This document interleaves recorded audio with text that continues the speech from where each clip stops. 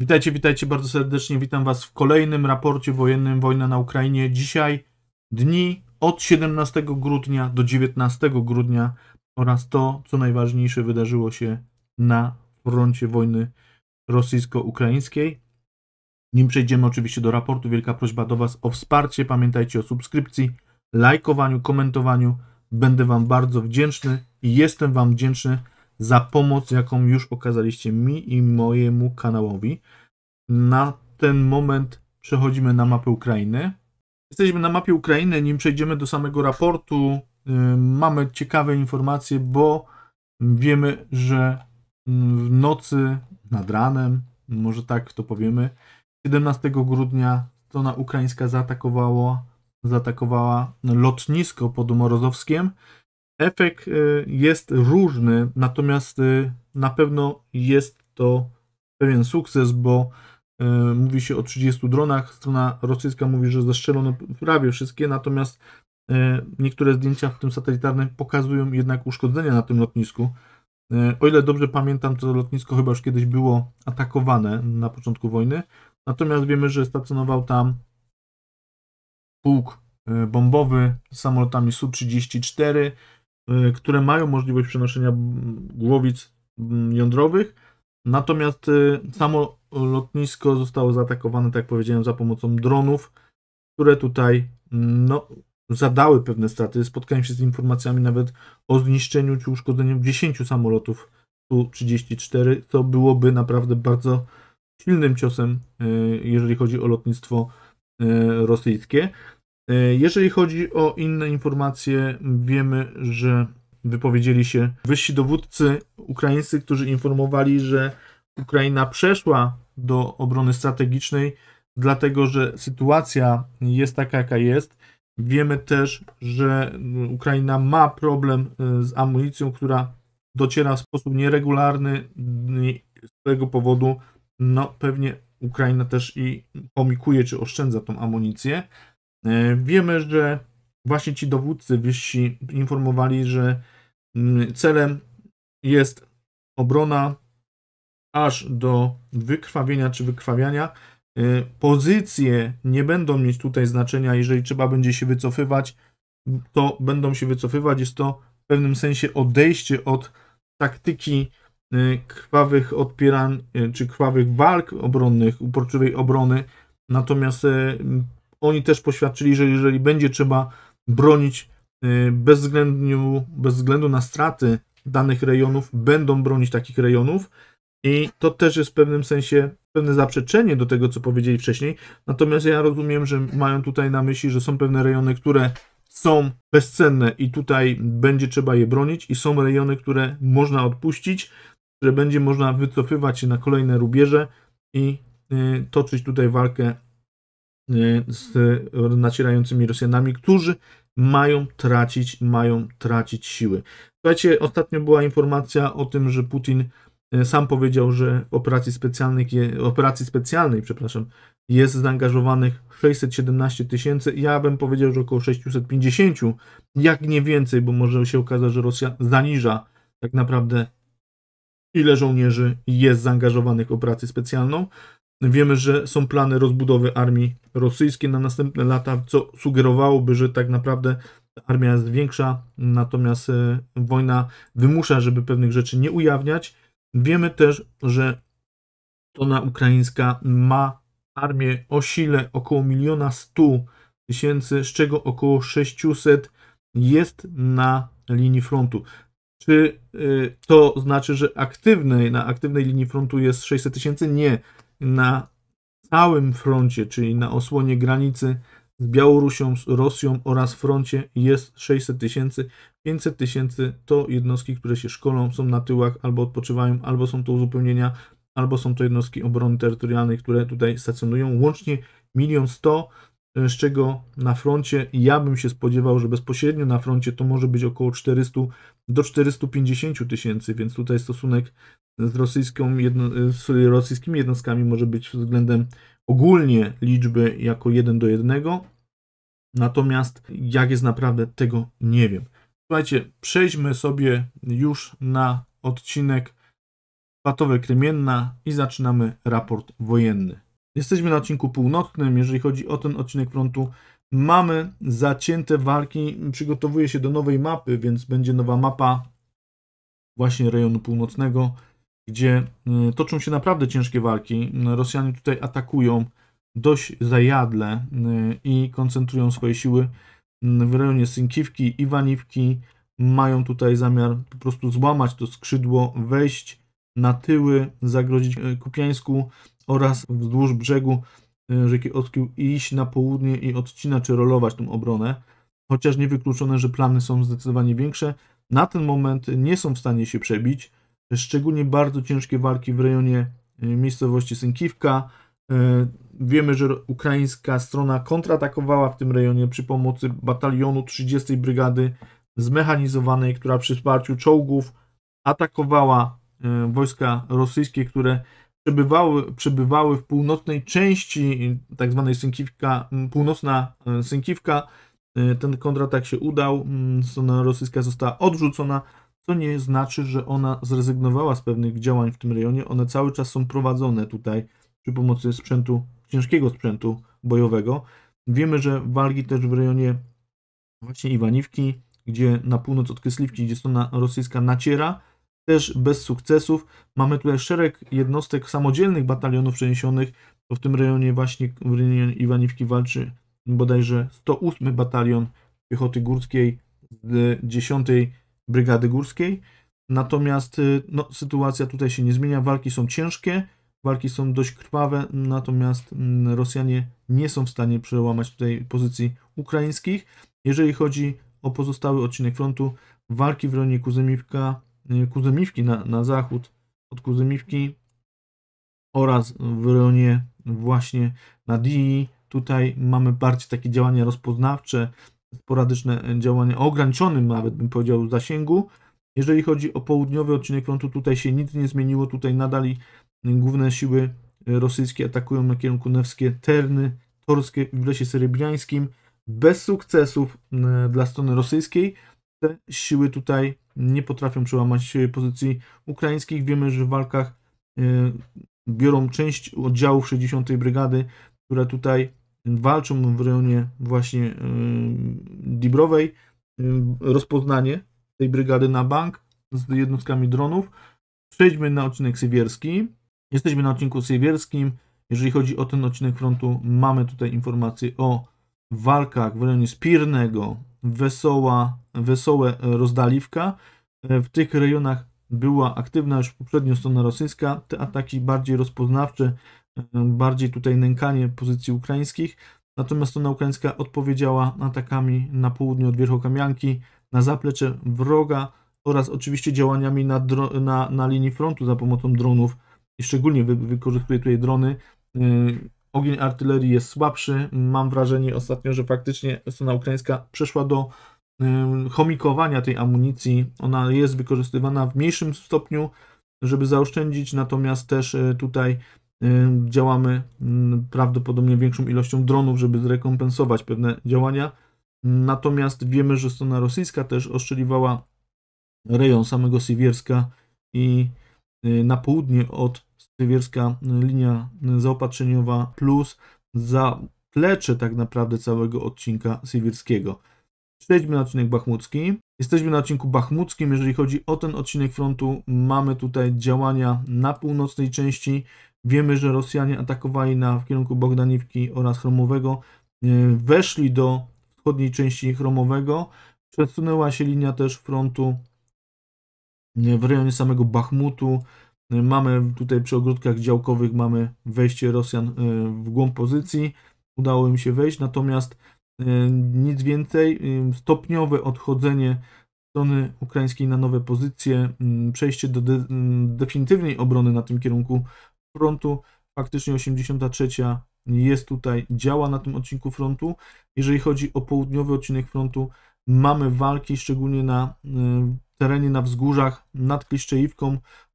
Tutaj strona rosyjska nie tylko utrzymała swoje pozycje, natomiast też i poszerzyła to włamanie. Jest blisko, żeby tutaj przejąć definitywnie te wzgórza, żeby wejść głębiej, może tak, bo to jeszcze im troszeczkę brakuje. Natomiast jest tutaj niebezpiecznie. Rejon ten jest broniony przez 5. Brygadę Szturmową i batalion Ajdar, w szczególności 24. Mamy tutaj też jednostki Brygadę Policyjną oraz Pułk Kalińskiego. Te jednostki odpierają. Strona ukraińska broni się na nasypie, strona rosyjska podeszła już do nasypu, natomiast te ataki są tutaj odpierane. Częściowo Rosjanie zmniejszają dystans do nasypu. Mamy też walki w rejonie Kurdimówki, gdzie strona rosyjska atakowała stronę ukraińską przy pomocy sprzętu pancernego. Mamy filmik potwierdzający odparcie takiego ataku przez 28. Brygadę Zmechanizowaną. Natomiast te ataki w rejonie Bachmutu są wykorzystywane jako mięsne ataki bez wsparcia ciężkiego sprzętu, prawdopodobnie z oddziałów Mobików albo obrony terytorialnej rosyjskiej na tym odcinku frontu. Słuchajcie, przejdźmy na odcinek Gorbówki. Jesteśmy na odcinku Gorbówki. Jeżeli chodzi o ten odcinek frontu, mamy pewien zastój w rejonie Drużba Majorskie i tutaj kopalnia Gagarina. Wiemy, że strona ukraińska prowadziła tutaj aktywne działania rozpoznawcze i bombardowanie za pomocą dronów. Natomiast strona rosyjska nie wykonywała tutaj ataków, mamy pewien zastój. Mamy dalsze walki w rejonie Nowokałynowego, gdzie strona ukraińska odpierała ataki rosyjskie na tym odcinku frontu. Jeżeli chodzi o pozostały odcinek frontu, walki rozpoznawcze, szczególnie za pomocą dronów oraz tutaj sporadyczne działania rozpoznawcze z obu stron. Przejdźmy na odcinek linii ATO, a dokładnie jesteśmy na linii Awdijiwki. Jeżeli chodzi o ten rejon, mamy tutaj dalsze działania. O ile na północnym odcinku frontu strona ukraińska rzadziej korzysta z artylerii, oszczędzając ją faktycznie na ciemniejsze czy czarne dni, mamy pewne działania, szczególnie rozpoznania dronowego. Był filmik z kolumny rosyjskiej, która jechała aż tą drogą tutaj, była w rozpoznaniu, natomiast do samego Terikonu, bo wiozła tutaj żołnierzy, nie została zaatakowana, mimo że strona ukraińska rozpoznała tą kolumnę. Pytanie, czy był to moment przemieszczenia też, czy też strona ukraińska była w trakcie przegrupowania, natomiast nie wydaje mi się, czy faktycznie dowództwo doszło do wniosku, że nie będzie marnować amunicji, aby tą kolumnę zatrzymać. Pozwolono jej dowieźć żołnierzy w rejon Terikonu i tutaj ta kolumna została rozładowana. Natomiast później nie było już wiadomo, co z tą piechotą się stało. Podejrzewam, że atakowała, szczególnie rejon koksowni, bo rejon koksowni jest dość mocno teraz atakowany i podejścia do stepowego i pomiędzy stepowym a koksownią. Tutaj kontratakowały ukraińskie oddziały, szczególnie 47. Brygady, która tutaj cały czas kontroluje sytuację. Nie mają Rosjanie tutaj szczęścia, nie udało im się uzyskać nic więcej. Więcej szczęścia mieli na południu, gdzie udało im się zająć ten niewielki kawałeczek. Główne skrzypce gra teraz tutaj 55. Brygada Górska, natomiast największe sukcesy zanotowano na południowym odcinku. Udało się tutaj na odcinku 53 w kierunku Tonenkę wedrzeć w pozycje ukraińskie. Niewielkie włamanie, może powiedzmy nawet nie włamanie, czy wejście w głąb pozycji. Natomiast największy sukces udało się uzyskać, że tak powiem, połączenie Opytne, bezpośrednio ten rejon zdobyty, przesunięto się, natomiast nie uzyskano nic w kierunku Awdijewki. Mamy też dość duży sukces, jeżeli chodzi o kierunek Pierwomajskie, gdzie żołnierze rosyjscy podeszli jakby do północnej części, tutaj tą drogą północną do samego centrum Pierwomajskie, natomiast bez innych sukcesów w tym rejonie frontu. Przejdźmy na linię ATO. Jesteśmy na linii ATO, jeżeli chodzi o pozostały odcinek frontu, tak powiedziałem, Pierwomajskiej w ataku, natomiast bardzo ciekawe rzeczy dzieją się na kierunku Marinki. Wiemy, że Rosjanie tutaj przegrupowali siły, atakują, odnieśli spory sukces na kierunku właśnie północ od Nowomichajówki, atakują Nowomichajówkę z dwóch kierunków, od strony południowej i od strony północnej. Dość duży sukces zanotowali właśnie na północnej części, gdzie wdarli się od strony północnej Tutaj strona ukraińska już wcześniej przegrupowywała oddziały 46. Nie jestem w stanie stwierdzić, czy tam jest 46 w całości, czy tylko grupa batalionowa, która wzmacnia. Natomiast ataki z Marinki w kierunku zachodnim i północnym zostały odparte przez oddziały 79. Brygady, która tutaj skutecznie odpierała. Natomiast komplikuje się sytuacja w rejonie Nowomichajówki. Prawdopodobnie tutaj strona ukraińska wycofa się wkrótce z Nowomichajówki. Nie będzie tutaj podejmowała obrony tej miejscowości prawdopodobnie. Znaczy będzie starała się utrzymać jak najdłużej, natomiast wszystko zależy od tego, jak Rosjanie będą chcieli ją zdobyć, jak będą mocno naciskać. Prawdopodobnie celem jest Konstantinówka z tyłu i prawdopodobnie linia obrony będzie właśnie przebiegała pomiędzy Pobiedą, Krasnochorywką, terenem na zachód od Marinki, Pobiedę i Konstantinówkę. Tak bym tutaj szefował, że tak może wyglądać linia obrony. Nowomichajówka jest ważna, bo jest blisko linii kolejowej. Odsunięcie tutaj, zdobycie tej miejscowości odsunie znowu stronę ukraińską od bardzo ważnej, nieużywanej linii kolejowej dla strony rosyjskiej. Jeżeli chodzi o ten odcinek, to tyle. Przejdźmy na Zaporoże. Jesteśmy na odcinku zaporowskim. Jeżeli chodzi o odcinek zaporowski, nie ma tutaj większych działań na tyłach frontu. Wiemy, że strona ukraińska atakowała rejon Tokmaku oraz tutaj na południe od Wełyki. Natomiast bardziej aktywna jest strona rosyjska, która atakuje szczególnie mocno rejon Wełyki Nowosiłki oraz Orichowe i tutaj szeregu innych miejscowości na tym odcinku frontu. Przejdźmy na odcinek Wełyki Nowosiłki. Jesteśmy na odcinku Wełyki Nowosiłki. Jeżeli chodzi o ten odcinek frontu, mamy tutaj działania strony rosyjskiej, która atakuje cały czas ten grzbiet właśnie na zachód od Staromajorskie. Chcą przejąć kontrolę. Tak jak powiedziałem, zdobycie tego pasma da wgląd, da przewagę terenu i utrudni obronę strony ukraińskiej w Staromajorskie, która będzie mogła być atakowana z dwóch kierunków, od południa oraz od zachodu. To też osłoni jakby rosyjskie zgrupowanie, które tutaj w rejonie Zawitne Bażania działa. Mam potwierdzenie, że 74. Batalion Rozpoznawczy faktycznie broni się w tym odcinku. Zostaje tylko jeszcze ten rejon. Wiem, że prawdopodobnie oddziały Omegi oddział Omegi jest w rejonie Awdijewki, więc nie mam pewności, czy cały odszedł. Prawdopodobnie tak. Nie wiem, kto broni tego rejonu. Nie jestem w stanie powiedzieć, czy jest tam pododdział 72, czy jakiś inny pododdział ukraiński. Przejdźmy na odcinek kopalni Robotyne Werbowe. Jesteśmy na odcinku kopalni Robotyne Werbowe. Słuchajcie, na tym odcinku na front powróciły oddziały 82 Brygady, które tutaj odpoczywały. Prawdopodobnie to ona przejęła tutaj odcinek po 46. Natomiast zacięte walki w rejonie Robotyne. Tym razem atakowali Rosjanie. Zostali skontratakowani przez stronę ukraińską w rejonie na południe Robotynę. Natomiast strona rosyjska odniosła sukces na północ od Werbowego. Wdarli się tutaj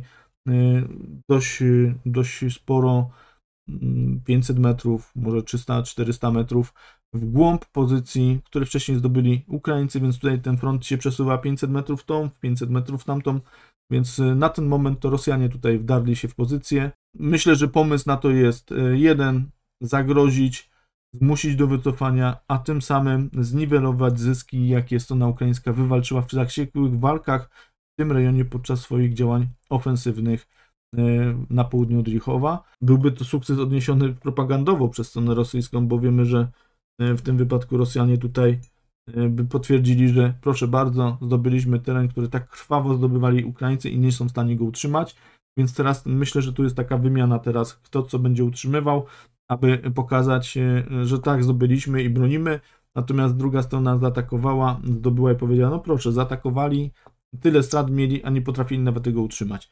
Więc taka propagandowa walka, bym tutaj się do tego tak odnosił. Natomiast bez większych zmian przejdźmy na odcinek chersoński.